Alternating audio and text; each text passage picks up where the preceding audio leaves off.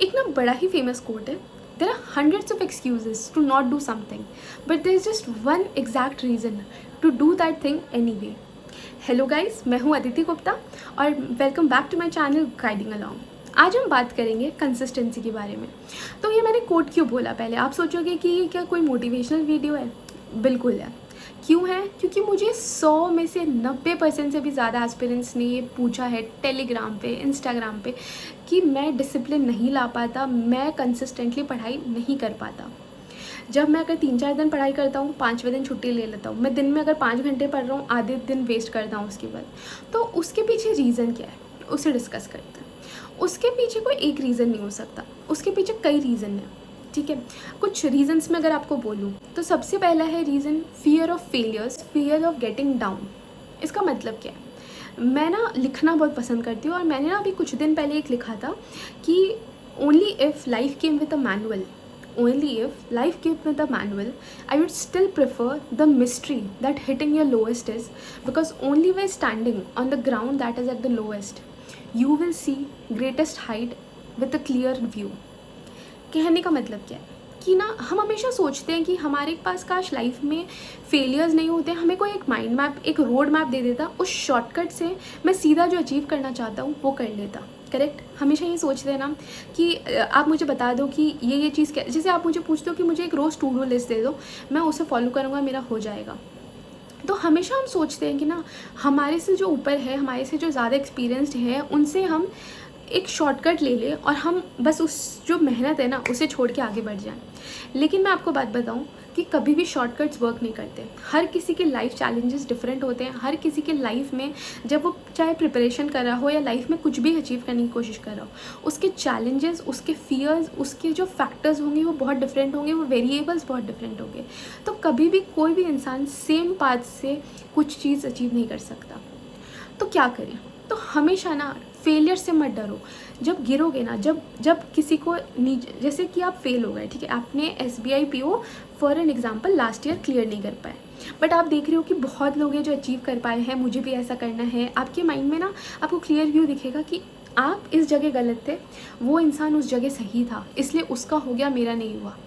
क्योंकि आपने वो फेलियर देखा तो आपको पता है कि पूरे साल मेहनत करने के बाद भी फेलियर की कीमत क्या थी। तो आप ना अब दुगनी मेहनत करोगे, क्योंकि आपको पता है कि आपकी एवरेस्ट क्या है, और आप दुगनी मेहनत करके ना उस एवरेस्ट पे बेटर तरीके से पहुँचोगे जितना कोई और नहीं पहुँच पा रहा। तो हमेशा अपने आप को फेलियर से मत डरो। फेलियर्स आने दो लाइफ में, फेलियर्स अच्छे हैं। फेलियर्स होंगे तो तुम लाइफ में बहुत कुछ सीखोगे। सेकेंड रीज़न हमारा एग्ज़ाम्स क्लियर नहीं, हमारे कॉन्सेंट्रेशन स्पैन नहीं आने का क्या है? सेकेंड रीज़न मैंने जो लिस्ट आउट किया ना वो है कि हमारा जो टाइम स्पैन है ना वो बहुत कम हो गया है। इवन मैंने अपने वीडियोस में नोटिस किया हमारा जो कॉन्सेंट्रेशन का टाइम स्पैन है ना बहुत कम हो गया है। वो क्यों हो गया है? रील्स की वजह से, शॉर्ट्स की वजह से और ईज़ ऑफ एक्सेस की वजह से। मैं ऐसा क्यों बोल रही हूँ? आप मेरे वीडियोस में भी देखोगे ना, मैं जब अपने एनालिटिक्स देखती हूँ कि किस वीडियो में कितने व्यूज़ आ रहे हैं, तो आप मानोगे नहीं, जो वीडियोस बहुत लंबे 20-22 मिनट के वीडियोस होते हैं, लेकिन वो ज़्यादा हेल्पफुल वीडियोस हैं, उनमें मैंने पूरी स्ट्रैटेजीज डिस्कस की है। उनके व्यूज़, उनके जो वॉच आवर्स है, उसमें लोग 2-3 मिनट में उस वीडियो को छोड़ के आगे दूसरी वीडियोज़ पर चले जाते हैं। लेकिन जो वीडियो 5 मिनट्स की है वो उस पर व्यूज़ इतने अच्छे हैं। उसका रीज़न क्या है? हम चाहते हैं कि हमने रील्स और शॉर्ट्स देख के हमारे जो कॉन्सेंट्रेशन स्पैन है ना वो इतना कम हो गया है कि हम सोचते हैं कि हमें कोई शॉर्टकट बता दो, हमें कोई छोटी वीडियो में बता दो, टिप्स शॉर्टकट बता दो कि अच्छा स्पीड मैथ्स कैसे करूं, अच्छा कोई शॉर्टकट बता दो कि पजल कैसे करूं, मुझे शॉर्टकट बता दो कि RC कैसे करें, पैराजम्बल्स कैसे करें। हम शॉर्टकट्स ढूंढने लगे। हम चाहते हैं कि कम टाइम में ज़्यादा अचीवमेंट्स। थर्ड प्रॉब्लम क्या है? थर्ड प्रॉब्लम है कि हमारा गोल ही क्लियर नहीं है हमें। देखो क्या होता है कि हम ना एक भेड़ चाल में चले जाते हैं कि अच्छा सब ये कर रहे हैं मैं भी कर लेता हूँ, या फिर मेरे पेरेंट्स ने मुझे बोला मैं ये कर लेता हूँ, या मुझे सुनने में अच्छा लगा चलो ये कर लेता हूँ। लेकिन हमें खुद अंदर पता ही नहीं होता कि क्या हमें वो चीज़ करनी है। हमें ये पता ही नहीं होता कि मुझे बैंकर बनना है, बस किसी ने बोल दिया, मैंने बैंकिंग की तैयारी शुरू कर दी। वो नहीं तरीका होना चाहिए। तुम्हारे अंदर वो मोटिवेशन होनी चाहिए, तुम्हारे अंदर माइंड में वो क्लियर होना चाहिए कि तुम्हें बैंकर क्यों बनना है, या लाइफ में कुछ भी कर रहे हो। तुम अगर अपना वेट लॉस जर्नी पे हो, ठीक है, तो तुम्हें पता होना चाहिए कि तुम्हें वेट लॉस जर्नी क्यों करनी है। इसलिए नहीं कि लोग बोल रहे हैं कि तुम बहुत मोटे हो, तुम बहुत पतले हो तो तुम मोटे हो जाओ, या तुम बहुत मोटे हो तो पतले हो जाओ। तुम्हें पता होना चाहिए कि तुम्हें वो चीज़ क्यों करनी है। जब तुम अंदर से मोटिवेटेड होगे ना, तभी कोई चीज़ कर सकते हो। फोर्थ रीज़न है ओवर अचीवेबल टारगेट्स। हम क्या करते हैं, अब मैं बैंकिंग एस्पिरेंट्स के व्यू पॉइंट पे बोलूँ तो हम जब स्टार्ट करते हैं ना, हम बहुत एंथुजियाज्म में होते हैं, हम बहुत ज़्यादा एक्साइटेड होते हैं। ये ऑब्वियस है, कोई भी इंसान जब कोई चीज़ नई स्टार्ट करेगा तो उसे बहुत ज़्यादा एंथुजियाज्म होगा, बहुत एक्साइटमेंट होगी कि चलो मैं अपना 100 या 200% अगर हो सकता है तो 200% दे देता हूँ, उस चीज़ को करता हूँ। करेक्ट। तो उसमें हम क्या करते हैं, हम बहुत ओवर अचीवेबल टारगेट्स बना लेते हैं। बहुत डिफरेंस होता है एक अचीवेबल टारगेट में और एक टारगेट जो हमें दिखने में अच्छा लगता है। आपको दिखने में अच्छा वाला टारगेट नहीं बनाना है, आपको वो टारगेट बनाना है जो आप सच में अचीव कर सकते हो। क्योंकि क्या हो गया ना, जब आप ओवर अचीवेबल टारगेट्स बनाओगे ना, तो आपको दिखने में तो वो स्टार्टिंग में तो बहुत अच्छा लगेगा। अच्छा, मैं एक दिन में ये कर लूँगा तो मेरा तो इतना कुछ खत्म हो जाएगा, या मैं 1 महीने में इतना कुछ कर लूँगा, मेरा तो बहुत सिलेबस ख़त्म हो जाएगा। बट ऐसा नहीं हो सकता। लाइफ में रिजिड शेड्यूल्स काम नहीं करते। लाइफ में 10% एरर को भी देना चाहिए। कभी कोई इमरजेंसी आ गई, कभी आपका मन नहीं है, मन नहीं होना पढ़ने का इज़ वेरी नॉर्मल। तो अपने आप को इतना रिजिड मत बनाओ, अपने आप का टारगेट इतना ओवर अचीवेबल मत बनाओ कि 2 दिन बाद जब वो टारगेट कंप्लीट नहीं होगा ना, तो 2 महीने पढ़ाई छोड़ दोगे।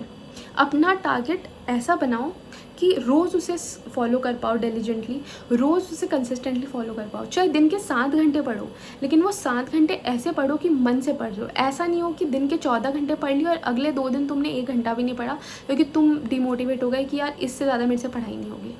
वो नहीं होना चाहिए। उसके बाद एक और डर है fear of मॉक्स, fear of tests, fear of exams. ये फियर क्या है? तो क्या होता है ना, जब एस्पिरेंट्स मॉक टेस्ट वगैरह देते हैं, उनके किसी पर्टिकुलर मॉक में कम मार्क्स आ गए, वो टोटल या फिर 3-4 मॉक्स में कंसिस्टेंटली कम मार्क्स आ रहे हैं, ठीक है, वो मॉक्स देना ही छोड़ देते हैं। वो सोचते हैं कि मैं इतनी मेहनत कर रहा हूँ, मेरे से नहीं हो रहा, मैं छोड़ दूँगा। वो उस फेलियर, वो जो मॉक्स में कम मार्क्स आने का जो रीज़न है, उसे ढूंढते ही नहीं है। वो सिर्फ क्या करते हैं, वो सोचने बैठ जाते हैं कि ठीक है मेरे बस की नहीं है, मैं मॉक्स नहीं दूंगा, मॉक्स बाद में देखा जाएगा, पहले मैं सिलेबस कंप्लीट कर लेता हूँ। या फिर एग्ज़ाम, जब एग्ज़ाम क्लियर नहीं होता एक अटैम्प्ट में, तो 2-3 महीने तो इंसान यही सोचता रहता है मैं नहीं करूँगा, मुझे नहीं पढ़ना क्योंकि ये एग्ज़ाम क्लियर नहीं होता। और 2-3 महीने बाद जब एग्ज़ाम्स आने वाले होते हैं, तब अचानक से उन्हें एक मोटिवेशन आती है कि नहीं कर लेते हैं, कर लूँगा। और उस टाइम तक ना बहुत देर हो चुकी होती है। तुम कितना भी पढ़ लो, कुछ भी कर लो, तुम्हारे एग्ज़ाम क्लियर नहीं होते और उसी तरीके से तुम हर साल अपने अटैम्प्ट्स वेस्ट करते रहते हो। करेक्ट। ये भी नहीं करना। बहुत लोग हैं, बहुत बातें करने के लिए बहुत प्लेटफॉर्म्स हो गए हैं, बहुत लोग हैं एडवाइस करने के लिए। हम सबकी सुनते हैं, खुद की सुनना ही भूल जाते हैं। इतने लोग ऐसे होते हैं ना, वो आपको डिमोटिवेट कर देते हैं कि नहीं बैंक एग्ज़ाम्स बहुत डिफ़िकल्ट है, या लाइफ में ये करना बहुत डिफ़िकल्ट है, वो करना बहुत डिफ़िकल्ट है। और हम ना उन 10 चीज़ों को सुन के अपना माइंड बना लेते हैं कि हाँ ये सच में डिफ़िकल्ट है, और इस चीज़ को टोटली मेहनत करना ही छोड़ देते हैं। जब तक मेहनत का हाथ नहीं छोड़ोगे, मेहनत तुम्हारी हाथ नहीं छोड़ेगी, ये हमेशा ध्यान रखना। तो ये तो हो गई कुछ चीज़ें जो स्टूडेंट्स या फिर लाइफ में हम हमेशा फेस करते हैं, जिनकी वजह से ना हम कॉन्सेंट्रेट नहीं कर पाते, हम कंसिस्टेंट नहीं रह पाते। तो अब मैं आपको कुछ टिप्स देना चाहूँगी, कंसिस्टेंसी कैसे मेंटेन करें, डिसिप्लिन जो बैंक एग्ज़ाम्स में है वो कैसे मेंटेन। सबसे पहले अपना एक क्लियर गोल बना लो कि तुम्हें बैंकिंग करनी है। तुम्हें जो बैंकिंग करनी है, जैसे मैंने स्टार्टिंग में बोला कि 100 रीजंस मिल जाएंगे बैंकिंग नहीं करने के, बट क्यों मेहनत करनी है, बैंकर बनने की मेहनत क्यों करनी है, उसके पीछे अपना एक रीज़न ढूंढ लो। अपने अंदर पूछ के देखो, जब भी अपने आप को ये सवाल पूछते हो कि why do I want to become a banker, इसका आंसर ना मुझे कॉमेंट्स में बताना कि why do you want to become a banker. और जब इस चीज़ का आंसर मिल जाए ना, तब तुम्हें कोई चीज़ नहीं रोक सकती पढ़ने से, तुम्हें कोई नहीं रोक सकता मेहनत करने से। सेकंड चीज़ तुम्हें क्या करनी है, तुम्हें ओवर अचीवेबल टारगेट्स नहीं बनाने हैं। आइडियल टारगेट्स बनाओ जो अचीवेबल हों, जो तुम सीरियसली अचीव कर सकते हो। तुम चाहे दिन के 7-8 घंटे पढ़ो, चाहे 14 घंटे पढ़ो उतना जितना तुम कर सकते हो। दूसरों के देखा देखी इतना मत कर लो कि तुम 2 दिन बाद पढ़ाई छोड़ दो। रिजिड शेड्यूल्स मत बनाओ।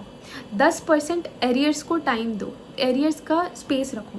कभी कोई इमरजेंसी हो गई, कभी कोई कुछ भी हो सकता है, लाइफ बहुत अनसर्टेन है।